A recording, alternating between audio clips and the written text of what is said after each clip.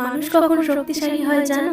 যখন সে আঘাত পায়। আর আঘাত তখনই মানুষকে গ্রাস করে যখন মানুষ অপর একটা মানুষকে বিশ্বাস করে, ভরসা করে, ভালোবাসে। আচ্ছা, মানুষ মানুষকে ভরসা করবে, বিশ্বাস করবে, ভালোবাসবে, এটাই কি স্বাভাবিক নয়? এই প্রশ্নগুলো করা সত্যিই বৃথা।